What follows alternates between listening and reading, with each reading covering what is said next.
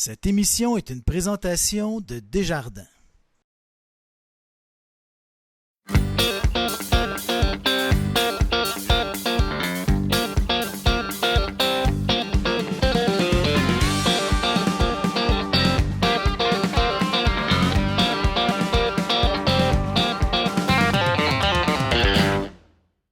Bonjour, ici Stéphane Lévesque, bienvenue à Télécœur au bulletin de nouvelles, édition de la semaine du 3 juin. On débute avec la table de concertation du Mouvement des femmes du Centre du Québec qui célèbre son 25e anniversaire et on a organisé un cocktail à l'Hôtel Montfort de Nicolet et Renée Lafleur était présente.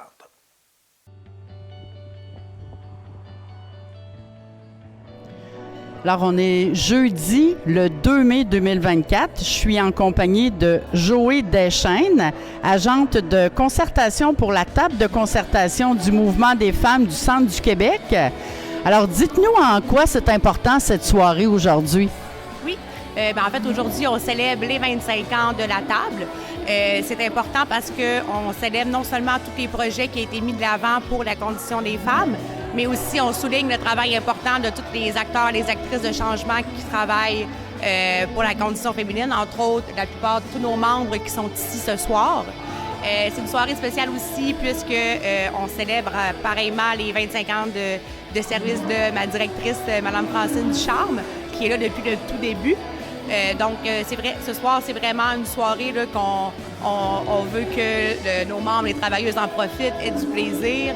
Ça en profite aussi pour créer des liens, faire du réseautage, puis même reprendre des anciens liens de longue date pour les anciennes travailleuses aussi. Donc, c'est vraiment important pour la concertation au Centre du Québec qu'on s'unisse puis qu'on se trouve des moments comme ça pour célébrer ensemble les avancées. On célèbre les 25 ans de la table de concertation du Mouvement des femmes du Centre du Québec.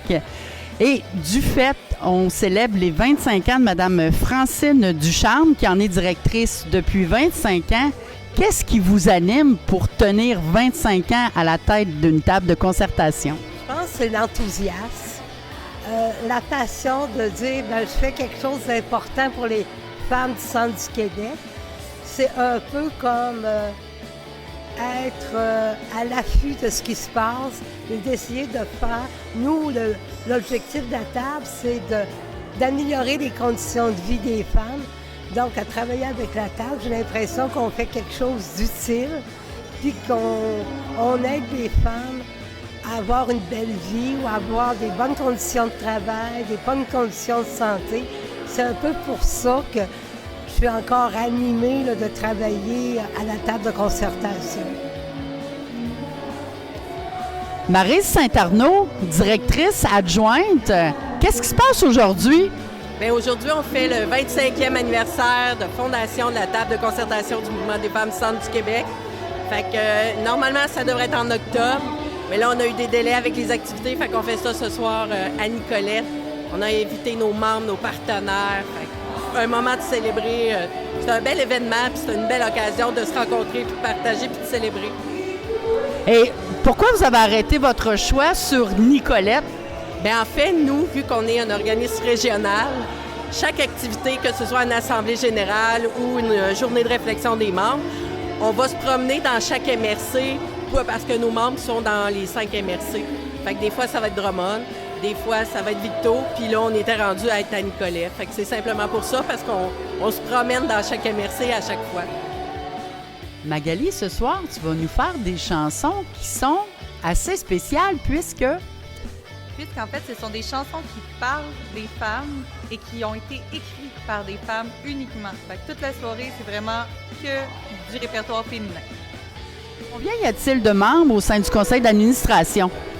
Au conseil d'administration, on est 4. C'est un petit conseil d'administration et on est dans un conseil d'administration à consensus, donc c'est pour ça qu'on est en nombre pair. Et quelles sont les prochaines activités marquantes de la table de concertation? Bien, évidemment, ce soir, on lance l'année du 25e, donc il y aura d'autres activités aussi là-dessus. La table de concertation travaille beaucoup avec les municipalités et les MRC de la région aussi pour avoir une troisième entente sectorielle pour l'égalité entre les femmes et les hommes. Donc, c'est une entente qui permet des projets, différents projets des membres, mais qui sont aussi soutenus par la table. Donc, il y a beaucoup de choses qui s'en viennent de ce côté-là.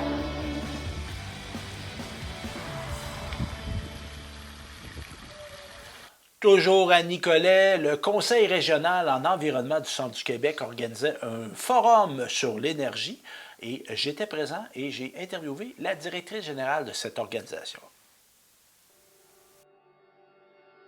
1er mai 2024, on est à l'hôtel Montfort. Andréane Blais, tu es directrice générale de quelle organisation, toi? Du Conseil régional de l'environnement au Centre du Québec, donc un organisme de protection et d'amélioration de l'environnement. Et qu'est-ce qu'on fait aujourd'hui? On tient un forum sur quel thème? Sur l'énergie. L'énergie qui est très d'actualité comme thématique. On en entend beaucoup parler au Centre du Québec. On a voulu non pas parler des différentes filières énergétiques, mais bien parler de la vision plus macro, d'une vision de la transition énergétique. Donc, comment on va s'y prendre, nous, au Québec, pour passer à travers tous les défis énergétiques qui s'en viennent. Et on a combien de participants? C'est des gens issus de quel milieu? Oui, on a 120 participants, participantes issus de divers milieux, notamment des élus du monde municipal. On a aussi des organisations de toutes les sphères, des citoyens aussi. On a des groupes de mouvements citoyens qui soutiennent l'évolution, la réflexion énergétique au Centre du Québec. Ils sont présents aussi. Donc, une belle variété de participants-participantes. Évidemment, dans des forums comme ça, il y a des discussions en plénière, on peut penser, mais est-ce qu'il y a aussi des conférenciers?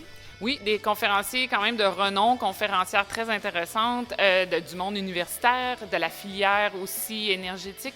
On a aussi différents kiosques qui viennent renseigner les participants sur différentes filières énergétiques aussi. Donc, on a une belle variété de connaissances qui vont être transmises aujourd'hui. Et peux-tu me donner quelques exemples de conférenciers qu'on a ici, puis les thématiques qu'ils abordent?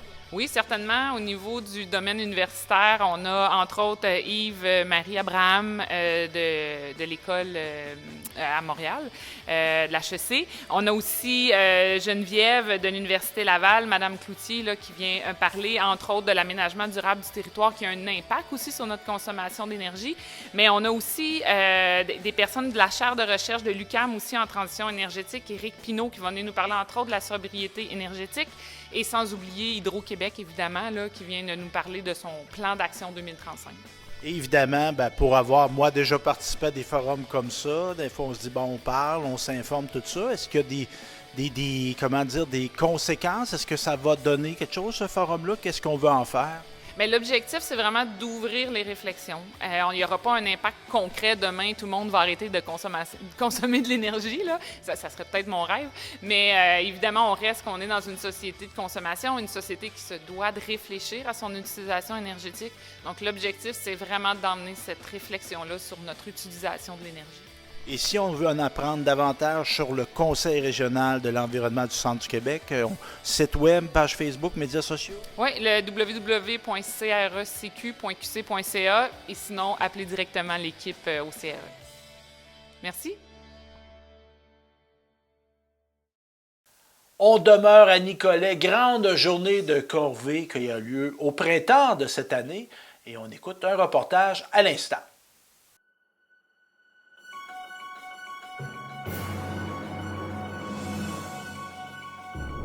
Dimanche 21 avril 2024, je suis en compagnie d'Emmanuelle Beaumier. Quel est votre rôle à la Ville de Nicolette? Donc, moi, j'ai un rôle facilitatrice pour l'organisation de l'activité. Donc, c'est vraiment les bénévoles du comité consultatif en environnement qui organisent l'activité. Et nous, on vient aider par les communications, le matériel, le prêt de matériel, voilà. Et qu'est-ce qui se passe aujourd'hui à Nicolette? Donc aujourd'hui, c'est une journée où on nettoie notre ville.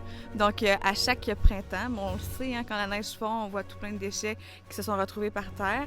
Et globalement, pourquoi c'est intéressant de faire ça à l'échelle de la ville, c'est que ces déchets-là peuvent être emportés par le vent, qui peuvent être emportés dans la rivière, dans le fleuve et dans l'océan. Donc c'est vraiment, c'est autant local que global comme effort collectif à faire.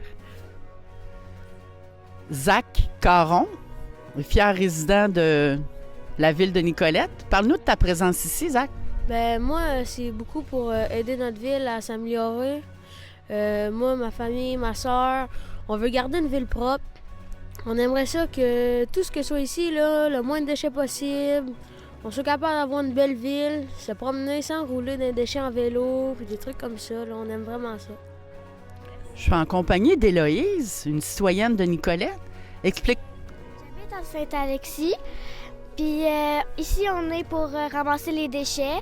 Puis c'est pour passer... Mais aussi, on passe beaucoup de temps en famille. Puis c'est vraiment pour nettoyer la planète. Olivier Pro, explique-moi ce que tu fais ici aujourd'hui. Dans le fond, moi, aujourd'hui, je suis ici avec mon ami parce qu'on a fait un avarie au passerelle à Nicolette. C'est que là, dans le fond, on est en travaux communautaires. On va faire la corvée de Nicolette. C'est pas mal ça. Alors, Marielle Tousignan, résidente du secteur du fleuve Ouest à Nicolette, en quoi c'est important ce que vous faites aujourd'hui? Bah, écoute, je fais ça, premièrement, je fais ça régulièrement, puis spécialement aujourd'hui parce que c'est la journée de la Terre, puis je tiens à ce que ce soit propre, puis je pense que la propreté attire la propreté. Il faut se ramasser, puis souvent on ramasse des choses qui sont pas décomposables, ça reste longtemps dans la nature. C'est pour ça.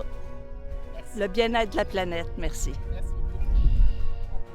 Moi, en fait, je suis membre du comité consultatif en environnement de la ville de Nicolette. Ça fait environ 4 ans, je pense. Donc, mon implication, c'est d'organiser, s'assurer qu'on ait tout en place. Mais c'est quand même, ça fait plusieurs années là, que c'est mis en place. C'est que ça, c'est le fun. C'est pas beaucoup d'organisation pour l'impact que ça a. Là. Fait que ça, c'est agréable. En fait, qu'est-ce qu'il faut, c'est publiciser peut-être plus pour que les gens viennent, soit de la partie. C'est sûr que la météo, des fois, fait en sorte que des années, il y a vraiment beaucoup de gens, des années, il y a un petit peu moins de gens. Fait que c'est ça le défi, en fait. Mais en tant que tel, c'est un événement qui s'organise quand même bien, là, vu que cette année, la différence, c'est qu'on va commander de la pizza. Fait que il n'est pas trop tard pour venir, donc peut-être que ce ne sera pas en direct, mais c'est ça pour inciter les gens à venir aussi. Puis, fait que, on essaie de faire le changement là, pour inciter les gens à venir, à être récompensés pour leurs bons gestes. En compagnie de Jean-Paul Touchette, parlez-nous de votre présence ici, M. Touchette. Bien, j'ai entendu parler de la corvée. Puis corvée, bien, ça a une résonance pour moi bien québécoise, parce que autrefois, quand c'est arrivé un malheur, tout le monde se donnait la main pour faire la corvée. Là, c'est pas un malheur. Je pense que c'est. Mais la corvée demeure d'actualité pareil, je pense, quand on a des besoins. Est-ce que ça fait plusieurs années que vous participez à cette corvée citoyenne? Ça va être la première année. Ça va être la première année, oui. Mais je suis bien content. On se serre les coudes, puis on bâtit quelque chose ou on bâtit un milieu plus agréable. Je pense bien que c'est le but de la journée. En tout cas, je vais voir ça au fil de la journée. Jean-Claude Monplaisir, le mot de la fin, s'il vous plaît. Bénévole un jour, bénévole toujours. Bonne fin de journée. Je ne sais pas si vous êtes comme moi un amateur de hockey, mais on est amateur de hockey à l'école secondaire Jean-Nicolet et on organise annuellement une classique prof-élève et on regarde un reportage à l'instant. Alors, nous autres, on va essayer d'être présents pour les gars. En tant que coach, on est 3. On va les booster, puis c'est que ça donne le mieux possible lors de ce game-là. Ça ne sera pas facile. Il va falloir travailler, mais on va les encourager là-dedans. On va être là pour eux, on va les booster, puis c'est ça. Ben, moi, je pense que ça va être assez serré, mais les profs vont avoir le dessus avec l'expérience. L'expérience va battre la vitesse des élèves. Fait que je te dirais un 6-3 professeur. 2 passes pour Charlie, 1 but pour Loïc Michaud. C'est ma prédiction.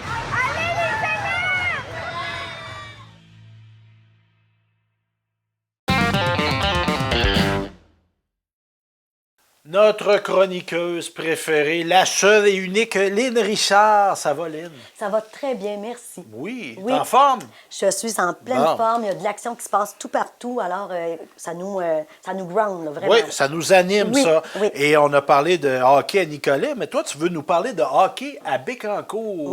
Oui. Qui sont présentement à la recherche de nouveaux officiels. C'est important, ça. Très important. Moi, j'ai mon petit-fils qui est déjà inscrit au hockey. Là, donc, oui. Quelle position? C'est la première. Là, je promène un peu partout. Oui, c'est ça. Ils Exactement. découvrent le sport. Oui. Et donc, on recherche des officiels et on vous forme. Il y a un stage qui est offert le 14 et 21 septembre à Trois-Rivières. Exactement. Pour une durée de 6 heures. Donc, on vise à recruter des arbitres et on se rend sur la page Facebook de l'association. Pour en savoir plus. Exactement. Donc, on peut s'y inscrire pour y avoir des questions. On demeure à Bécancour, ma chère. Le parc de la Rivière-Gentilly. Oui. Un joyau. Vraiment. À découvrir. À découvrir. Parce que moi, j'y ai été quelques fois, mais j'y ai été la première fois, il y a 5 ans. À côté de chez nous. Oui. On a ça. Donc, qu'est-ce qu'on va avoir là, la rivière Gentilly? Vraiment, là, ça gagne en popularité parce que là, maintenant, on est rendu avec une programmation estivale qui est très, très intéressante. On parle de volets scientifiques, éducatifs, sportifs. Il y a l'accompagnement quand même de plusieurs professionnels qui sont passionnés, qui partagent vraiment leur passion. Pour le plein air. Avec des belles expériences en plein air. Puis là, je vous donne je vous cite certaines petits exemples. Là. On parle d'ateliers canins. On va avoir ça, là. Oui, des ateliers de plantes comestibles. Vous irez voir vraiment là, sur leur site. Ça m'intéresse. Oui, vraiment. Ouais, toi, le gourmand. Hein? Ah oui. Et j'ai découvert ça. Les champignons, j'ai encore des réserves. Pas assez sûr, mais il y a des plantes que je sais qui sont très comestibles, très bonnes. Qui décorent tellement bien les assiettes. En plus d'être bons, c'est beau à... C'est ça. Ça pousse. On n'a même pas besoin de les entretenir. Ça pousse seul. Tout à fait. Même, il va y avoir des ateliers sur les mammifères, les oiseaux. Il y a même des spectacles. Oui, mais entre autres, le 6 juillet, de 19h à 20h30, Charles Ostigui, que je connais pas, mais qui fait vibrer au rythme de la musique en plein air. Donc, le 6 juillet, 19h, oui. Et on se rend sur le site Facebook, très beau site d'ailleurs, le parc de la rivière Gentilly. Je ne sais pas c'est qui prend une photo là-bas, mais il est bon. Ils sont magnifiques. Puis on parle vraiment de juin, juillet, août. Là, tu as tout à fait raison. Donc, c'est tout l'été. Exactement. Oui. On demeure à Gentilly, c'est bien Gentilly, l'école Arfand des Neiges. C'est un beau nom. C'est un beau nom, Arfand des Neiges. Moi, c'est mon oiseau préféré. Il y en a qui vont se rappeler du vin Arfand des Neiges, mais c'est peut-être pas super, ça. Effectivement. Blague. On ne peut pas les associer. École Arfand des Neiges, projet science avec les élèves de 6e année avec Mme Valérie. Écoute, je trouvais ça le fun de pouvoir le souligner là, à notre télé parce qu'on parlait de construire un pont de papier qui doit soutenir le poids de un dictionnaire. Le défi était de ça. Ben là, ça se peut pas. Faire tenir un dictionnaire du papier. Ça prend de la stratégie, hein? Stratégie. Là, on va faire des alliages, de la manière qu'on construit. Exactement. Il peut résister, avoir de la résistance au poids. Tout à fait. C'est scientifique, puis c'est un peu compétitif en même temps. Très compétitif, Ben oui. puis je trouvais ça vraiment génial, en fait, original aussi. Et sais-tu combien de dictionnaires? Ben, en fait, le pont gagnant, quand même, il y a eu quand même une équipe gagnante. 11 dictionnaires. Le pont a pu supporter 11 dictionnaires. Donc, allez voir, on a quelques exemples, là, justement, là, de photos. Là, Futur concepteur de pont, on ne sait jamais. Eh bien oui, vraiment. Les vraiment. principes qui s'appliquent. Ah, ben bravo. On s'en va aux Seigneuries, ça c'est au secondaire. 4 avril dernier. Oui, du côté des arts visuels. Eux, ils ont accueilli là, vraiment une artiste qui est Laurence Petitpas. C'est une artiste de théâtre. D'accord? Et de marionnette contemporaine. De marionnette, pardon. De marionnette contemporaine. Ben oui. Et en fait, les élèves de première secondaire, eux, ont assisté là, à sa représentation, son parcours professionnel. Et le deuxième secondaire, eux, qui étaient en profil art, en fait les deux, là, ont travaillé, eux autres, sur la réalisation de marionnettes articulées par la main. Wow. Alors, ils sont mis en action, tout à fait. leur création, bravo. Alors, je trouvais ça vraiment le fun de pouvoir inviter des artistes pour inspirer aussi les jeunes, hein, de leur faire vivre plein d'expériences. Alors, vous allez pouvoir constater là, les œuvres splendides là, qui ont pu résulter aussi. Là. On parle d'un autre joyau, celui-là, un joyau scolaire, d'avoir un programme de musique dans une école primaire chez nous, en milieu rural, c'est extraordinaire. Donc, l'école Jean 23 de Saint-Wenceslas. Ils sont en période d'inscription. Ben oui. C'est comment donc une jeune femme, Guimont, qui est la prof de musique là-bas. Oui. Donc, on est en période d'inscription. Oui, alors, on parle d'instruments avant, percussion. Puis le programme consiste vraiment à permettre là, à l'élève d'apprendre à lire la musique, à la comprendre, puis à pouvoir même participer à un groupe musical, en fait, là, le petit groupe L'Harmonie. Genre d'harmonie, oui, ben oui. tout à fait. Donc, c'est des beaux projets. Fait que, donc, un enfant qui est vraiment là, attiré par la musique, bien, ça peut être aussi une belle façon de passer toute la matière scolaire. Qui fait Exactement. Donc, c'est très intensif. On a plus de 200 heures de formation par année qui est intégrée au corpus scolaire. Oui. Et c'est vraiment, tu es en mesure de le constater parce que tu travailles dans des écoles. Oui, apprendre la musique, c'est bien, mais la musique, c'est des mathématiques, c'est de l'expression, c'est de se présenter en public, c'est physique même. On développe ses capacités physiques à faire de la musique. Donc, c'est quelque chose qu'on pourrait bien dire qui est transversal. On a abandonné ça dans les termes du ministère de l'Éducation, mais moi, j'aimais bien ça, des compétences transversales. Transversales qui faisaient vraiment partie des prérequis.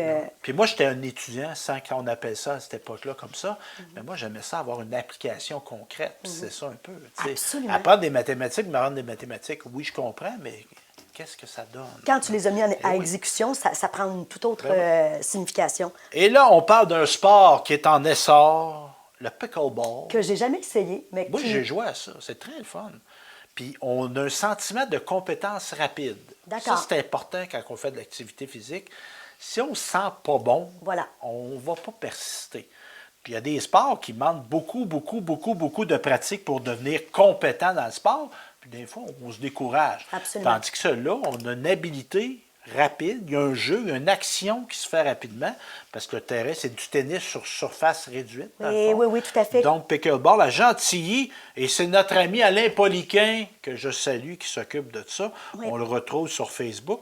Donc, puis on fournit les balles. C'est gratuit en plus. Oui, on joue ça dans le secteur Gentilly, sur l'avenue des Galaxies. Absolument, puis c'est les lundis et les mercredis de 18h30 à 21h. Donc, si ça vous intéresse, là, les informations sont vraiment là, sur Facebook pour rejoindre vraiment. Là, puis pour connaître bien Alain, vous ne connaissez pas ça, vous avez des questions, allez voir Alain, puis dites hey, Alain, je ne connais pas ça, peux-tu m'essayer? Puis je suis certain qu'Alain va vous aider.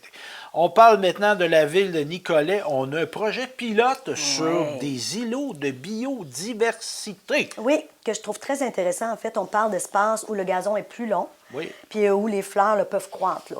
Donc, c'est vraiment pour favoriser la biodiversité, en limitant la fertilisation, la coupe du gazon, le désherbage. C'est vraiment là, très, très vert comme projet. Et je trouve ça intéressant aussi parce que si vous êtes enclin de pouvoir participer à ce projet-là, vous avez les coordonnées. Là, on parle ici du 819-293-6901, poste 1130, où on peut aller en ligne aussi. Là. Oui, sur le site de la ville de Nicolet, puis on vous donne des choses. Si vous voulez participer à ce projet-là d'îlot de biodiversité, on va vous donner une petite affiche pour dire que vous êtes participant, puis on vous donne un sac de semences de fleurs. Puis moi, j'ai vu des parterres, là. J'ai vu des gens qui ont opté pour cette biodiversité-là. Et c'est très beau. Les multicolores sur les parterres, ça n'a pas l'air négligé. C'est juste beau. Ça fait vraiment un beau décoratif sur le terrain. Alors, on laisse la nature prendre son essor au printemps. Tout à fait. Et viendra bien assez vite la première tombe de pelouse. Oui, puis on pense aussi, en fait, pour garantir aux abeilles, là, on parle de laisser pousser le gazon avec les fleurs aussi. On parle d'abeilles. Nos abeilles qui sont en voie de disparition. Ben oui. Puis ça s'inscrit dans la nature. Hein? Chaque élément a son importance. Tout à fait. On parle du défi Ose entreprendre. On a des champions dans notre région. Puis qu'on en avait parlé, en fait, il y a quelques semaines. Grâce à toi. Oui, tout à fait. Je vous avais apporté ça parce que j'étais aussi là, impressionnée de voir là, tous les participants, mais on a quand même des gagnants. Là. D'ailleurs, on avait parlé aussi de l'entreprise là, Bobine Filante, qui est de l'école des Perséides. Ça, c'est l'école qui est située dans le Mont-Bénil. Exactement. Oui, des élèves avec des particularités. Donc, c'est ça. Fait que, en fait, ça a été... Ils ont une entreprise, puis ils ont été coup de cœur. Exactement, ils ont été le coup de cœur régional coopératif du jury. Alors, moi, je trouvais vraiment ça le fun parce que je me disais, OK, ils étaient dans les finalistes. Et puis, finalement, ils ont été coup de cœur, là, donc, de tous les lauréats. De ces jeunes-là. Oui, absolument. Bravo. Puis même dans la commission scolaire, on a eu d'autres groupes. Là. Je parle ici de l'école Marquis au préscolaire. On a eu le jeu tic-tac-toe.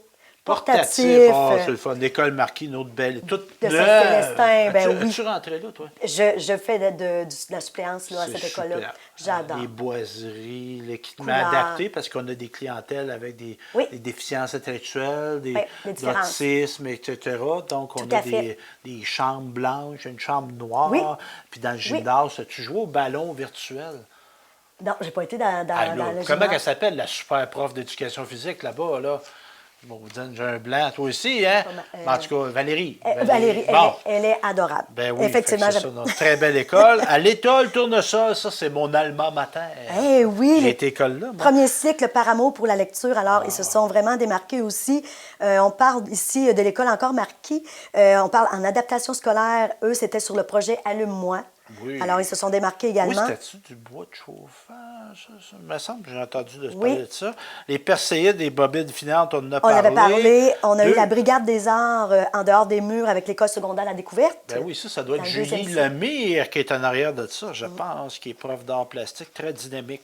En plus, en adaptation scolaire, mais cette fois-ci, à l'école secondaire Les Seigneuries, on a le projet Les Ébénistes. Les Ébénistes avec un Z. Et avec un Z, non, exactement. Bien, ça. On joue avec la langue, c'est correct, ça. Oui, on aime ça. Des beaux jeux de mots. En plus, on a eu, ça c'est dans le volet création d'entreprise. Là, des plus grands, les adultes. Exactement. Là, on est dans le monde des adultes. On a eu les jardins de la Cavalière de Sainte-Monique qui sont les gagnants. Ouais. Hey, je te donne un mandat, moi, Lynn. Vous savez, je gère ma télévision en direct. Moi, j'aimerais ça que tu ailles voir le jardin de la Cavalière. Parce que là, tu sais filmer, tu sais monter. Je suis maintenant là. Oui, c'est ça. Là, tu pourrais aller là. Une expérience. J'aimerais ça que tu ailles là. Rentre en contact avec eux autres, aller faire un reportage sur place. J'en prends note. Oui. Comme les gagnants dans le volet exploitation, transformation et production. Oui. Là, je connais ton goût pour le sirop d'érable. Et voilà, l'héritage sucré de Sainte-Perpétue. Alors, félicitations.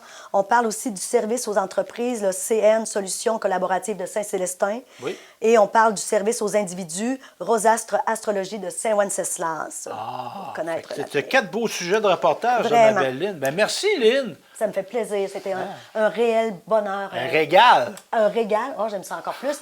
Sucré. Et on se dit à la prochaine fois.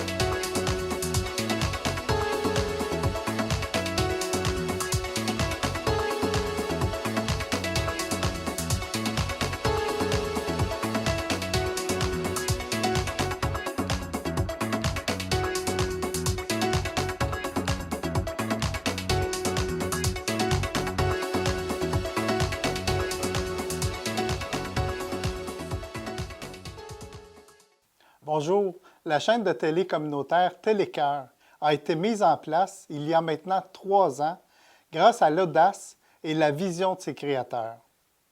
J'appuie leur effort car j'ai la conviction que Télécœur contribuera à consolider le sentiment d'appartenance de nos concitoyens à leur collectivité. En outre, avec la croissance actuelle que connaît notre région, je suis aussi persuadé que Télécœur est promise un bel avenir.